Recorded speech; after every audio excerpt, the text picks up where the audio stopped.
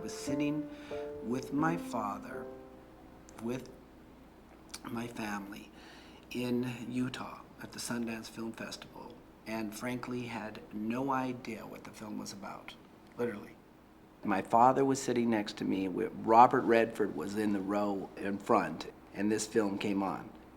I can't cover up my feelings in the name of love or playing safe. For a while that was easy. And he could not sit there. He was sitting right next to me, and he goes, "I've got to go." And I said, "But the film started." And he goes, "I can't do it. I can't do it with Dad," you know. And it was the first time that it was like he was telling his life story. In his way, that film was his way of telling everybody what he felt. And boy, did we get it. I had been told about this wonderful one-man show that was playing downtown at La Mama called Word of Mouth, that this guy James Lucene had written. And one snowy night, I trundled down to this little theater, and it was incredible. Randy was going to be in town for casting work, and I said, "You really need to go see this show, and you need to see this guy." And he did, and we agreed to meet up that night. And I saw him walk out of the theater, and it was clear he had been crying. And he walked up to me and he just said, "We have to do something with this. We have to make a film out of that." You know what my favorite moment was? Was when Peggy and Randy very sweetly told me that I would not be playing Trevor in the movie. I think Randy mirrors Trevor a lot. Well, I could see him as a young boy being somebody who approached life in a very dramatic way, you know, and who wanted to sing and dance. Randy was also a child actor. He was a commercial kid. Randy would always get the part. I think Randy did 26 commercials before he was 13. So I did about 11. I was literally cast as his older brother. I mean, it was like the perfect pair. And it supported the whole family. My mother, you know, lived off those checks. Randy's biggest claim to fame when he was a little boy was when he was casted with Elvis Presley as one of Elvis's nephews. And he was like Uncle Elvis in Paradise Hawaiian style. It was incredible. So he was like a star to us. You know, Randy just loved people.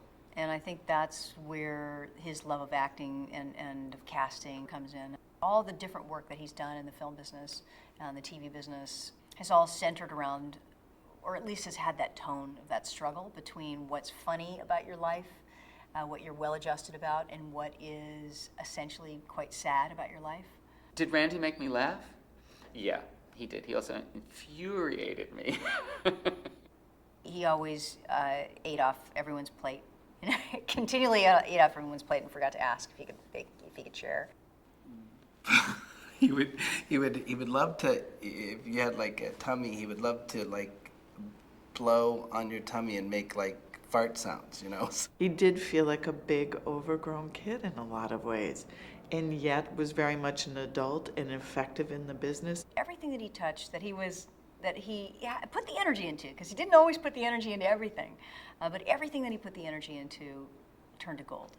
I thought we actually made up a very good team. I thought it was interesting that Peggy was the director because I felt it would take it out of being a sort of gay movie and we would be able to find the universals in it. The Oscars that year, I'm producing Home for the Holidays, Jodi's the director, and Randy was there on location with us because he was playing a funny and highly memorable little part in the film.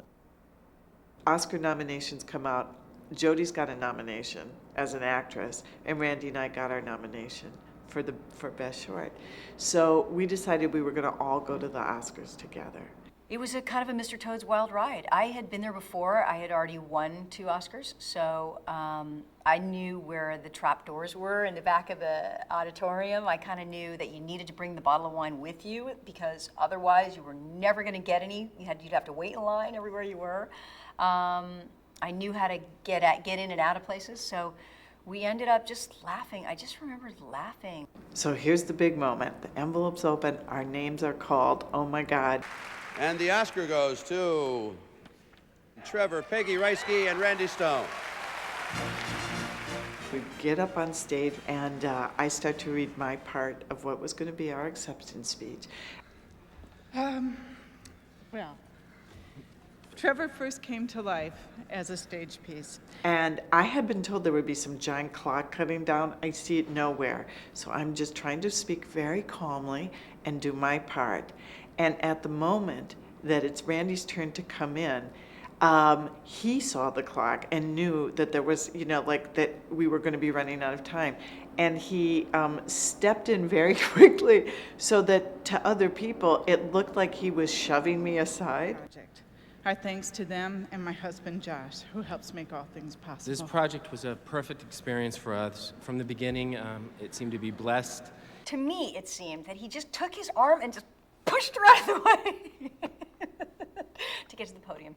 And we replayed that a lot that evening. We definitely did a lot of imitations of that moment. That clip, it would get replayed endlessly. We would sit and just hit rewind and laugh. Randy would sit there and go, look what I just did. Look what I did. Look what I did. I wouldn't say he pushed her out of the way. I'd say he sort of nudged her out of the way. We want to thank our family and friends, Alan Landsberg, Peter Roth, Charlie Goldstein, and especially Jody, whose love, support, and encouragement inspires and helped us achieve our best. We love you. Thank you. Thank you.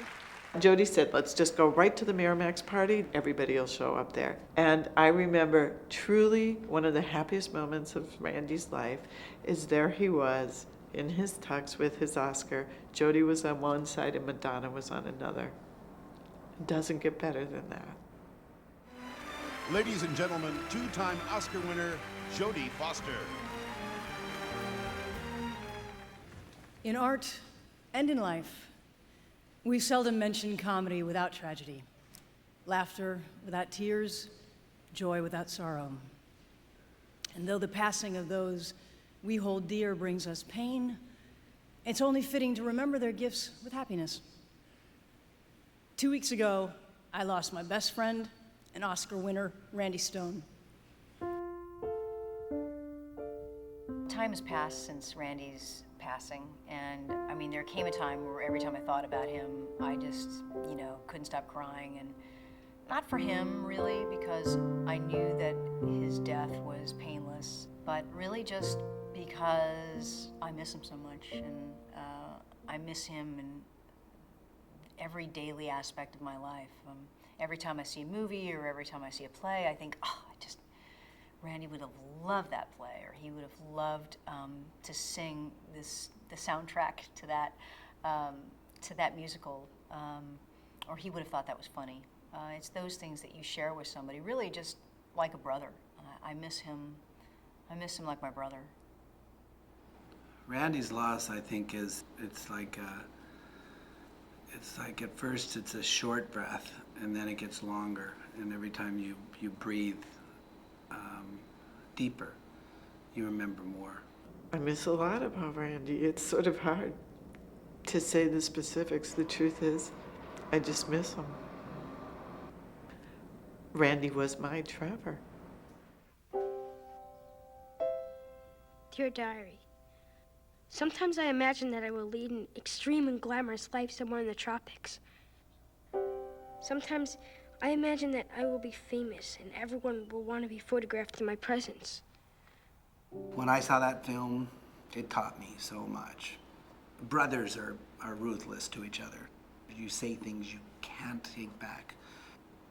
You think back, and God, it was one of those things where you see the film and you go, oh my God, I was that guy. I was that person you shouldn't be. I think Randy wishes that he had a hotline that he could have called, that there was a hand for him that he could have held. And the Trevor mission really is an opportunity, I think, for all of us to look back on our lives and say, how can we give back to young people? How can we provide almost a face of family for young people who are questioning? It seemed crazy that nobody was addressing this issue. It just seemed insane to me. And that we, or me, as a grown-up homosexual, had no means to reach back into a younger generation and say, it's okay, you can make it across. I almost didn't, but I did, and it's worth waiting for. If someone else had been doing this, we wouldn't have needed to set up the whole organization to support this, but no one else is. And I feel like for all of us, that's an incredible legacy.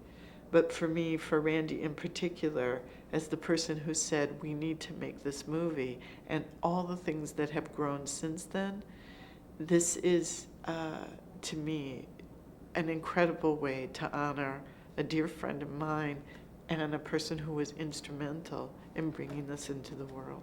For me, the Trevor Project and the foundation and its work has really become the most important thing to keep my brother's, legacy alive. I mean, how many people in a lifetime get to save other people's lives? I mean, is there anything greater than being able to save hundreds of thousands of lives, or tens of thousands, or even one? That's like the greatest thing you could hope for in your life, that you could value a life that much. And I think, in the course of our lives, if we get to do that, that's the best.